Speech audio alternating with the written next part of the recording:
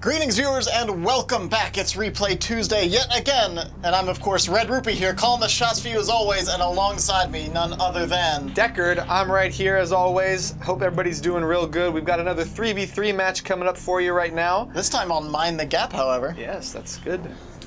Hive Buster, Total Vision, and Ball Slayer are the objectives as we head into this. We've got Faylkill, Tenkei, and Glados on the red. Glados, not the real Glados, I hope. Persona, Sinful, and Phaeton on the blue team left side, and they are choosing wisely.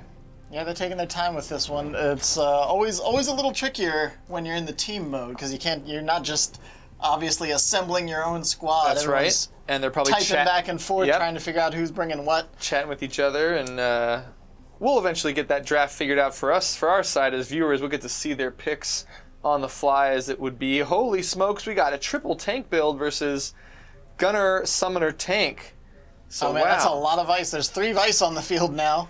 And we have, let's see, we've got Rocket Cluster Recon, we've got Ground Pounder Vice, and then we've got, the Labs Generator and, Skylance on that Glados Pandora for the red team. What do we got on the blues? What are all these big beefy tanks bringing We've around? got Flamethrower Vice, Pulse Cannon Vice with ECM locks, and that Flamethrower has crumple panels. And then Warhead's got the Palm Rocket Black Hole Shell Landfall, so that's a standard Warhead build. Oh man, so that's kind of like, I feel like the plan is Palm Rocket into Pulse Cannon and then just burn them down with the flamethrowers. Yeah. Probably pulling that Pandora out of position would be great, of course. And there's a Dino Vortex as well on that second Vice, so double Landfall. This is going to be intense. Yeah, it's tanks with some mobility and a lot of pulls, so unless the red team's really playing as a team and calling their shots, one gunner or one summoner trying to focus down one of these tanks, if they're spreading their damage evenly, it's going to be really hard to take these guys out. They're going to have to focus targets down with focus fire and really stay on top of that farm too, because, as we can see, these 3 tanks all just taking hives on their own, completely spread out, maximizing the farm, trying to lock things down nice and quickly so they can probably clear that, and hitting boss with Ball Slayer on is probably going to be pretty huge as well. Yeah, probably going to be easy for a blue team to hit boss just from all that beefiness. Interesting that the summoner for Team Red took Skylance because, well, not that they knew the tanks were being chosen, but that Skylance is not going to be super effective against such beefy opponents, but Orbital Strike for Faylkill will be, because Orbital Strike's recent change now ignores armor. So whatever armor these tanks have on the blue side are going to be completely negated by that Orbital Strike. So hopefully that Faylkill Recon rig will get up to level 5 ASAP. And here comes pressure. Some Total Vision pressure. We got Warhead on the top tower, the final tower getting down here by Phaeton. However, facing all 3 rigs, a Rocket Barrage nails him head on. And a bit too brazen on that grab for Total Vision. Warhead pulls back after successfully taking his tower. But, oh man, really going to try to upload? I think not in the face of 3 healthy rigs. Even with Sinful moving up here to support. Does drop the ECM locks, but Persona wasn't in position to take advantage of it. There's that hook we were waiting for at the last second, pulling Tenkei off the uplink. And a little short fall there of the ground pounder. And a little back and forth here. These 2 rigs are waiting for their blue teammate to come up, and they're coming up. Phaeton finally matching. This is kind of what I was talking about. You're seeing like the Recon and the Pandora both attacking separate targets, so they're both kind of on the field, not healthy, but still a lot of health considering the fact that they're tanks. Tenkei does have to get out of there. Glados trying to get the upload. Is it going to go down? It might, but it looks like it's going to cost them their summoner. I don't know. Glados was able to get out of there. The hook barely missed. And Persona goes down. The last shot there. Faylkill and Tenkei having to go back home. Sinful getting off a dunk with that low health. Is he going to go for another one? Phaeton's doing a good job running interference, keeping all 3 of these rigs back somehow with just the threat of those flamethrowers alone, allowing Sinful another upload. Tenkei's looking for another ground pound. Is he going to get it down? It doesn't quite connect right between the 2 tanks, unfortunately. And now Phaeton trying to hit those crumple panels, negated some of that rocket cluster. He is going to get the dunk, but I don't think he's going to be getting home. Yeah, that landfall is not going to get him out of there safely. And Sinful's in trouble here too. Persona trying to tank the damage. Faylkill for red team is going to upload that core, make the score 3-2 with 11.5 minutes remaining. Sinful needs to get out of there fast. Where did that war? Oh, the Warhead jumped across. Oh no, they never took back that northern tower. No. They're going to steal that Total Vision right out from under them. All 3 rigs completely ignoring that threat. Total Vision goes down, taking the lead.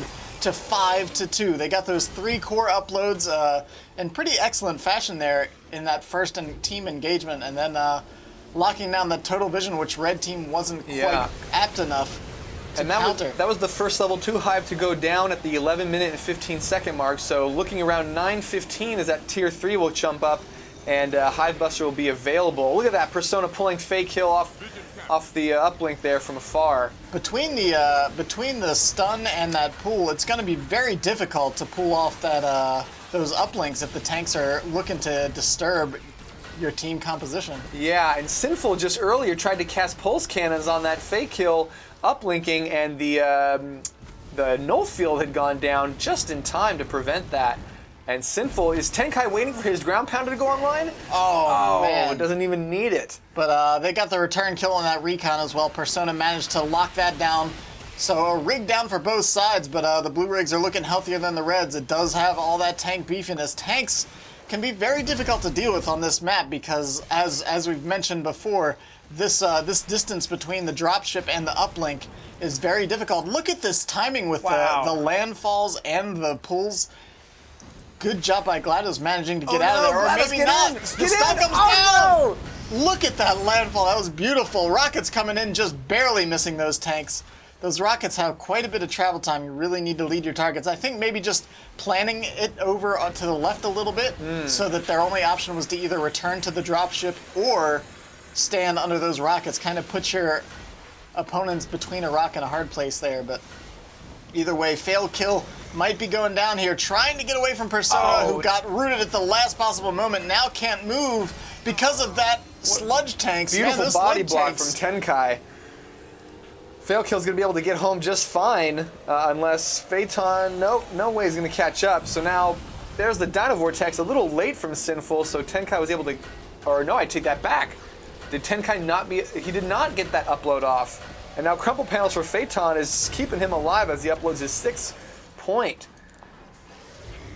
Yeah, the blue team doing a good job, still controlling the uplink, not quite farming as much as I'd expect to see from 3 tanks, but still keeping their lead by at least a little bit for the time being. Pandora doing a good job on the back line here, trying to make sure that that experience keeps rolling in. Tenkei gets pulled out of position, leaving Faylkill kind of out there on their own.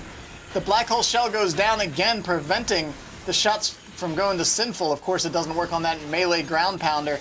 And now Sinful a bit too far away. Oh no, there it comes! Wow. And that's exactly what I was talking about, man. Put that AoE down, not necessarily in a way that's going to perfectly lead your target, but put it wherever they think they want to go, and that way their only option is to either try to blitz through the AoE or turn back around and take more hits from the enemy. Look at these flying tanks. Yeah. It's like some sort of weird circus.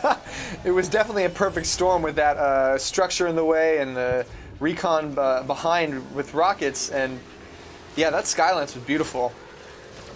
So Glados is at level 4. Everybody's at level 4 for Team Red, and that means Skylance is online. Persona gets the core off. I don't know why popped the black hole shell there. That guaranteed her death. Yeah, I mean, I think maybe people are used to ECM locks and they kind of habitually hit that W button when they're on retreat. But it didn't quite work there, as we saw. All that does is guarantee that you're going to get hit, as you said. If that ammo enters that AoE, it's going to hit you. Yeah, now here's Hive Buster as a possible point here. They're not focusing that high, but they're the only... There we go. Now that level 3 Hive is available for Team Blue. Yeah, but Team Red has the upper hand. There it goes down. Blue's got their sights on bigger things, though, because they're heading down here to this boss with 7.5 minutes remaining. Boss Slayer is going to start coming into play here, as these guys will be able to easily rip apart this boss, no problem. All 3 rigs, however, from the red team, from that level 3 Hive that just went down, full of cores. So while the blues are taking out this boss, they are going to have to be aware that they need to catch back up as far as core pressure and uplink control goes, because they're going to start losing that advantage that they did have. It's 7-9, about to be 7-10, and hold on. They left the buff. Oh no, come on. They forgot to grab the buff. That is hugely important. Especially right here where you could be speed farming, you could be pushing, you could be bullying the other team around. That buff is huge in team fights, and especially with level 3 Hives up, it's even better. Yeah, this is a dangerous moment for Team Blue because now they're 4 points behind. So getting that Boss Slayer objective in the possible future would only tie the game up. So they need to get back on the ball and start scoring some points. And hopefully they'll remember that they left that boss buff behind. Yes. Oh, here comes Orbital Strike it from is. Recon. Boom, doing a ton of damage on that beefy tank. They might be able to follow up with a ground pounder. It's not quite No, 3, not 2, gonna happen. 1. Nope, not in time. He's going for it anyways, but it's just too much time in that dropship. Sinful's going to be able to out-regen that. Yeah. He's looking for it, but those resources would have maybe been better spent on farming some of those Kavash, stealing some XP from the Blues. But again, while that Vice was running around on that side of the map, we can see Persona and Phaeton taking a second boss, a quick Do they remember to back-to-back grab bosses. the buff? Yeah, I'm not sure. Let's see. They do this time. They do this time. Persona almost fell actually to that last boss minion. Persona Oh, could no, fall he might- to the hives. No, his ally wasn't staying around. Close call. Yeah, very fortunate. I think But that another hive is coming up. threat recognition and obscure vitality kept that Yeah. warhead alive. So meanwhile, Team Red is just dunking. They are now double in score. They just went for the boss in the upper right, though they just saw the boss slay banner, so they had to have known that it wasn't there anymore. Boss in the bottom left just spawned, so this is the time for Team Blue to go down there, get their 4 points, and then just keep dunking. They've got to get that objective out of their way, I think.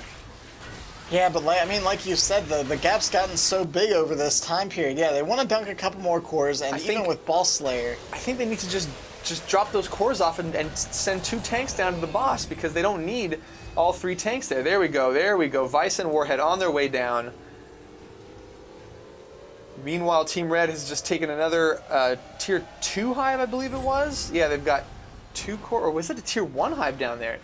No, it was tier 2. They've got 2 cores going to upload, going to bring the score 9 to 16 because nothing's going to contest the Team Red there.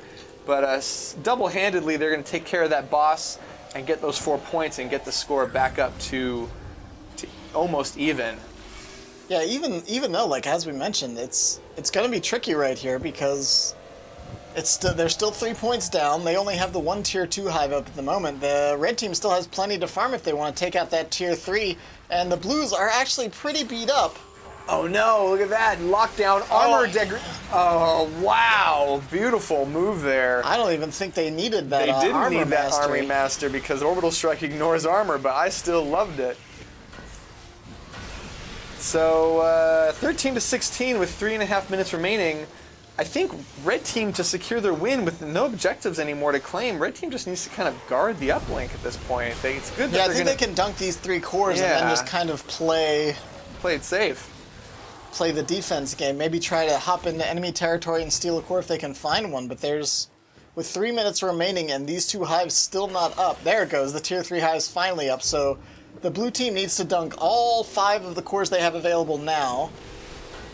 And then another 1 to tie it if the red manages to get in all 3 of these. But it doesn't look like they're going to because the red team gets obliterated. 1 down for blue, 1 down for red. The Dino Vortex comes in. Armor Mastery goes down. Phaeton hanging in there with those crumple panels. But Tenkei taking huge armor debuffs at this stage and now getting burned down by that flamer. 2 rigs for the reds go down, dropping 2 cores for their opponents. And suddenly the blue team looking like they're in a great position. Yeah. They might not be able to dunk all 4 of these in the time before the red team gets back out here. Especially with Phaeton looking so low, he might just want to head back to base with this recon moving in. Yeah, that's exactly what Blue Team needed. Now they have a chance to win this game, and unfortunately, Red Team should have seen this coming. Oh no, are the crumple gosh. panels up? The crumple panels are up! Wow, perfect deflection of an orbital strike. That's a level 5 crumple panels. That's taking 5 hits. Oh man, it doesn't matter the damage, it's gonna negate a hit outright. Oh, the stun goes down before the pull! But unfortunately his ally had moved out of position to finish off that recon kill. 15 to 16 and now even up. Glados moving in, does have the Skylance online, but there aren't any hives around for her to get that lapse generator up, and this is kind of what we see so constantly with lapse generator, is when you get to these end game states, if you don't keep a hive, maybe that easternmost hive up, you're not getting your maximum damage from that ability because the weapon itself doesn't hit too hard. There we go with that Skylance I was waiting to see. It was kind of awkwardly placed. Yeah, I think it was maybe just trying to keep Persona from trying to dive back into the fight. I'm not sure what the plan was there. Either way, it nabbed them a kill, nabbed them the time to take it back to 17 up but there's a level 3 down here and a level 3 down here, so both sides, with only 70 seconds remaining, are going to be racing to upload these last cores. It's neck and neck, and this next team fight is going to determine everything. Vice still 5 seconds away from spawning. I don't even think they need to worry about these alphas. They need to grab those cores, heal up, and then get back to the uplink ASAP. Yeah, there we go. Vice is back on the field now. All 3 cores are going to have the chance to be grabbed. 18th core going down for Team Red. Let's see. We haven't seen the Litany of Plagues used at all. We've seen a lot of Orbital Strike, and now all 3 of these tanks, it's going to be tricky with the Dino Vortex and that Root. I think right now is when Glados needs to use it. There she goes. Pandora's Litany of Plagues is going down, and the Orbital Strike got canceled on Team Red's side from that null field. ECM locks, another armor mastery. Recon trying to reposition desperately. Glados doing a good job, but Black Hole Shell's now preventing any of those tanks from going down. Glados dies. Faylkill is about to die as well. Oh no, it's all up to Tenkei now. Tenkei can kill Phaeton, but can he kill Sinful? I don't think so.